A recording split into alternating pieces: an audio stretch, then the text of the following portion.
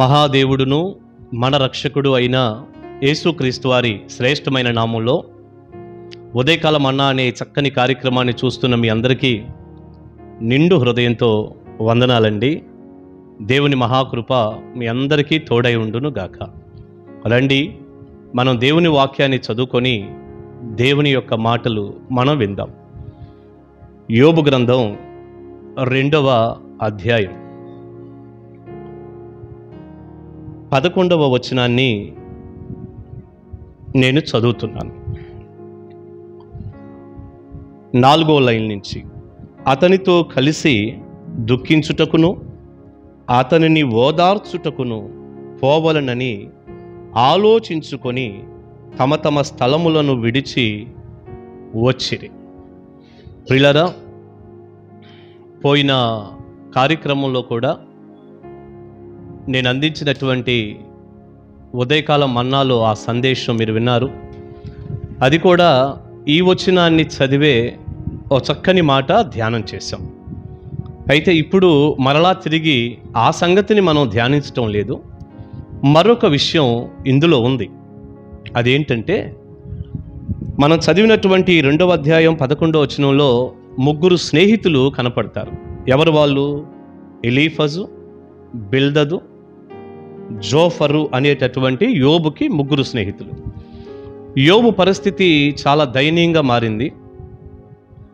ఆరోగ్యం పోయింది, ఆస్తి పోయింది, పరిస్థితులన్నీ చాలా తేడా వచ్చేసాయి. మొత్తం ఉన్నదంతా కూడా కోల్పోయిన స్థితికి యోబు వచ్చాడు. అవునుగా, ఆ సంగతి విన్నటువంటి స్నేహితులు అతన్ని ఓదార్చాలని, అతనితో కలిసి దుఃఖాన్ని పంచుకోవాలని ఒక మంచి ఉద్దేశంతోనే వారు వచ్చారు. పోయినసారి ఆ మాటలు మనం ధ్యానం చేశాం. పిల్లలైతే ఇక్కడ మనం ఈరోజు గమనిస్తున్న విషయం ఏంటంటే, వచ్చినటువంటి వారు యోబుకి ఒక ఆదరణ కానీ ఓదార్పు కానీ కలిగేటట్లు ఏమీ మాట్లాడలేదు.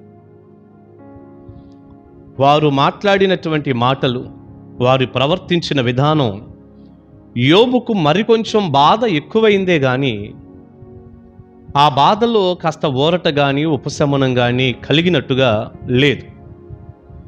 ఎందుకంటే ఆ వచ్చిన వాళ్ళందరూ కూడా యోబుదే తప్పని, యోబు ఏదో పాపం చేస్తే, పొరపాటు చేస్తే దేవుడు శిక్షించాడని, ఇక ఇలా నిందించటం, బాధ పెట్టడం జరిగిందే తప్ప ఆదరణకరమైనటువంటి ఒక్క మాట కూడా వారేం పెద్దగా పలకలేదు. ఆ 3 స్నేహితులు వచ్చినందువలన యోబుకు వచ్చినటువంటి లాభం పెద్దగేమి లేదు. ఆ వచ్చినటువంటి స్నేహితులు బాధకే కారణమయ్యారు. ఈ మాట బైబిల్లోనే ఉంది సుమా. ఇదే యోబు గ్రంథం 16వ అధ్యాయం 2వ వచనాన్ని గనక మనం చదివితే అక్కడ ఈ మాట రాసింది. ఒకసారి మీరు చూడండి. యోబు గ్రంథం 16వ అధ్యాయం 2వ వచనం. యోబు స్వయంగా అంటున్న మాట, ఇట్టి మాటలు అనేకములు నేను వినియున్నాను, మీరందరూ బాధకే కర్తలు గాని ఆదరణకు కర్తలు కారు. మీరందరూ బాధకే కర్తలు గాని ఆదరణకు కర్తలు కారు. అంటే వచ్చిన వాళ్ళ ద్వారా ఏం జరుగుతుంది? బాధే కలుగుతుంది కానీ ఆదరణ ఏం కలగలేదు. మీరు బాధకే కర్తలు, ఆదరణకు కాదు. ఆదరించాలని వచ్చారు కానీ మీరేం ఆదరించటం లేదు. ఏదో ఒక మంచి ఉద్దేశంతో వచ్చినట్టుగా కనపడుతుంది కానీ మీరు మాట్లాడిన విధానం చూస్తే నాకు మరికొంచెం బాధ కలిగింది, బాధ ఎక్కువైపోయింది అంటున్నాడు యోబు. నిజమే. ఈ రోజున సరిగ్గా మనం ఆలోచిస్తే మన స్నేహితులు కూడా చాలాసార్లు, మన స్నేహితులో, బంధువులో, ఇరుగు పొరుగువారు మనకేదైనా ఒక శ్రమ వచ్చినప్పుడు, ఒక అనారోగ్యం వచ్చినప్పుడు, ఒక కష్టం వచ్చినప్పుడు పలకరిద్దామని వస్తారు, పరామర్శిద్దామని వస్తారు.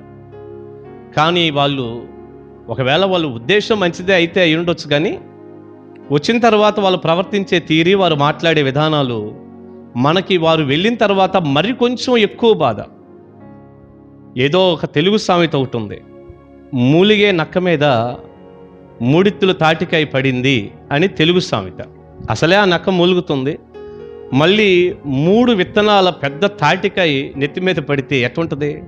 చాలా కష్టమేగా. అట్లా అయిపోతూ ఉంటుంది. వాళ్ళు వెళ్ళాక మనం అనుకుంటాం, అసలు వాళ్ళు రాకుండా ఉంటే బాగుండేది, అనవసరంగా వచ్చి ఆ మాట ఈ మాట అనేసి మమ్మల్ని ఏదో ఇంకా సూటిపోటి మాటలతో మమ్మల్ని ఇంకా బాధ పెట్టారు కదా అని మనకు అనిపిస్తుంది గ్యారంటీగా. వాళ్ళు ఏదో పెద్ద పలకరించి పరామర్శించి ఆదరిద్దామని వచ్చినట్టుగా కనపడిద్ది కనండి, వాళ్ళ ఉద్దేశం సరిగా ఉండదు. తెలిసి చేస్తారో తెలియక చేస్తారో మరి అదేమన్నా అమాయకత్వం మనకు తెలియదు, కానీ చాలా ఆశ్చర్యంగా ఉంటుంది ఒక్కోసారి. నా జీవితంలో కూడా కొన్నిసార్లు ఇలాంటి సంఘటనలు జరిగాయి. నేను చిన్న మాట చెప్పనా, ఒకసారి నాకు చాలా జ్వరం వచ్చింది, మంచం మీద ఉన్నాను, చాలా కష్టంగానే ఉంది. ఒక సహోదరి 1 డజన్ అరటిపళ్ళు తీసుకొని నా దగ్గరికి వచ్చింది. అమ్మగారు, పాస్టర్ గారికి ఏదో కొంచెం హెల్త్ బాగాలేదట, నేను విన్నాను, పలకరిద్దామని వచ్చాను. మంచిదమ్మా, రండి అయ్యగారి దగ్గర అని కూర్చోబెట్టి. ప్రియులారా, నా దగ్గర దాదాపు ఒక 2.5-3 గంటల సేపు కూర్చుంది. అసలు అనారోగ్యంగా ఉన్నటువంటి వ్యక్తి దగ్గర అన్ని గంటలు కూర్చోకూడదు, మాట్లాడేంత ఓపిక వాళ్ళకు ఉండదు, ఏదో 5-10 నిమిషాలు అలా పలకరించి వెళ్ళిపోవాలన్నటువంటి ఆలోచన ఆమెకి ఏమైనా ఉందా? లేదుగా. పోనీ ఆ 3 గంటల సమయం ఆమె ఏం చెప్పింది? ఫస్ట్ మాట, అయ్యగారు మీకు ఎలా ఉంది అని అడిగింది. పర్వాలేదమ్మా ఇట్లా. ఒక 2-3 నిమిషాలు అది అయిపోయాక ఇక మొత్తం ఆమె కష్టాలు, ఆమె శ్రమలు, ఆమెకున్న ఇబ్బందులు, ఆమెకున్న అప్పులు ఎక్కడెక్కడియో అవన్నీ తీసుకొచ్చి ఇక మొత్తం మొదలుపెట్టి ఇక చెప్పి చెప్పి చెప్పి చెప్పి చెప్పి నాకు ఎంత విసుగొచ్చేసిందో. అసలే ఆరోగ్యం బాగాలేదు, దేవుడి సేవకుడిగా మరి నేనేమో అమ్మ ఆపమ్మ వెళ్ళిపో అనలేము. ప్రియులారా, నిజంగా ఆమె వెళ్ళిపోయిన తర్వాత అసలు ఇట్లాంటి వాళ్ళని రానియకూడదు అన్నంత బాధ కూడా వచ్చింది. ఈ మాటలు వింటుండగా మీకు కూడా కొన్ని గుర్తు వస్తున్నాయి కదా? వస్తనేలేండి, ఖచ్చితంగా గుర్తు వస్తాయి. చాలామంది మన దగ్గరికి రావటాన్ని బట్టి మనకు మేలు కంటే కీడు, శ్రమే ఎక్కువ కలుగుతుంటుంది. పాపమేమో తెలియక ఆమె కష్టాలన్నీ ఒక 2-3 గంటలు నాకు చెప్పుకుంటేనే నాకు అంత బాధగా ఉంది. మీ దగ్గరికి వచ్చేవాళ్ళు అయితే కావాలని సూటిపోటి మాటలతో నువ్వు ఏదో చేశావు, లేకపోతే ఇది నీకెందుకు సంభవించింది అన్నట్టుగా సూచాయిగా మనల్ని అనేసి బాధ పెట్టేసి వెళ్ళిపోయే వాళ్ళు కూడా ఉంటారు. ఎన్నో పడి ఎదుర్కొని ఉంటారు మీరు. అందుకే యోబు అంటున్నాడు, మీరు బాధకే కర్తలు కానీ ఆదరణకు కర్తలు కాదు అన్నాడు. ప్రియులారా, ఈ రోజున నీకున్న స్నేహితులు ఎలాంటి వారే అయి ఉంటే బాధకు కాకుండా ఆదరణకు కర్త అయినటువంటి ఒక మంచి స్నేహితుణ్ణి మీకు పరిచయం చేయనా? ఆయన పేరే ప్రభు అయిన యేసుక్రీస్తు. అవునండి, యేసయ్య ఆదరణకర్త. బైబిల్లో ఉందిగా, పరిశుద్ధాత్ముడు ఆదరణకర్త, దేవుడు ఆదరణకర్త. అందుకే దైవజనుడైన పౌలు 2 కొరింథీ పత్రిక 1వ అధ్యాయం 4వ వచనంలో ఈ మాట అన్నాడు. ఒక్కసారి ఆ వచనాన్ని నేను చదువుతాను, మీరు వినండి. దైవజనుడైన పౌలు కొరింథీలకు రాసిన 2వ పత్రిక 1వ అధ్యాయం 4వ వచనం. దేవుడు మమ్మును ఏ ఆదరణతో ఆదరించుచున్నాడో ఆ ఆదరణతో ఎట్టి శ్రమలలో ఉన్నవారినైనను ఆదరించుటకు శక్తి గలవారమగునట్లు ఆయన మా శ్రమ అంతటిలో మమ్మును ఆదరించుచున్నాడు. గమనించారా? దేవుడు మమ్మును ఏ ఆదరణతో ఆదరించుచున్నాడో అంటూ ప్రారంభించి మేం కూడా ఎలాంటి శ్రమలో ఉన్నవారినైనా ఆదరించాలని, ఎట్టి శ్రమల్లో ఉన్నవారినైనా దేవుని మాటలతో ఆదరణ కలగచేయాలని మా శ్రమలో దేవుడు మమ్మల్ని ఆదరిస్తున్నాడు అంటున్నాడు పౌలు. ఒక్క మాటలో చెప్పాలంటే ఆ 4వ వచనం దేవుడు ఆదరణకర్తని, మనందరినీ ఆదరించే దేవుడని మనకు అర్థమైపోతుందిగా. ప్రియబిడ్డ, ఈ ఉదయకాల సమయం నీ చుట్టూ ఉన్న బంధువులు కానీ నీ స్నేహితులు కానీ నిన్ను ఏమాత్రం ఆదరించలేనటువంటి స్థితిలో ఇంకా బాధకే కారణమై ఉండొచ్చు, బాధతో కృంగిన స్థితిలో నువ్వు ఉండొచ్చు. కానీ నిజ స్నేహితుడు ఉన్నాడు, ప్రభువైన యేసుక్రీస్తు వారు. ఆయన తప్పకుండా నిన్ను ఆదరిస్తాడు. నీ కన్నీరు తుడుస్తాడు, బాధలో నీకు ఓదార్పుని కలగజేస్తాడు. ధైర్యంగా ఉండు, దేవుడే నీకు గొప్ప ఆదరణ. దైవాశీస్సులు మీ అందరికీ ఉండునుగాక. ఆమేన్. ప్రార్థన చేసుకుందాం. పరిశుద్ధుడు అయిన తండ్రి, ప్రేమగల ప్రభువా, మీకు వందనాలయ్యా. విత్తబడిన చక్కని సందేశం బిడ్డలకు దీవెనకరంగా చేయండి. మా చుట్టూ ఉన్నవారు, మా స్నేహితులు ఎవరైనప్పటికీ వారు మాకు ఆదరణ కంటే బాధనే ఎక్కువ కలిగించేవారై ఉండవచ్చు.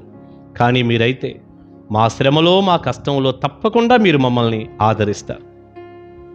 మీరు ఆదరణకర్తనైనా మీ ఆదరణ ఈ ఉదయకాలం మీ మాటలు విన్న ప్రతి బిడ్డకు అనుగ్రహించి నడిపించమని మహిమ మీకు ఆరోపిస్తాం. వారి కన్నీటిని నాట్యంగా చేయమని వేడుకుంటూ యేసు నామాని ప్రార్థన మనవులు అడుగుచున్నాను తండ్రి. Amen. Amen. God bless you. దేవుని మహాకృప మీకు తోడై ఉండునుగాక. మన ఛానల్ సబ్స్క్రైబ్ చేసుకోకపోతే తప్పకుండా చేసుకోండి. అనేకులకు పరిచయం చేయటం మర్చిపోవద్దు సుమా. కలుసుకుందాం. Praise the lord.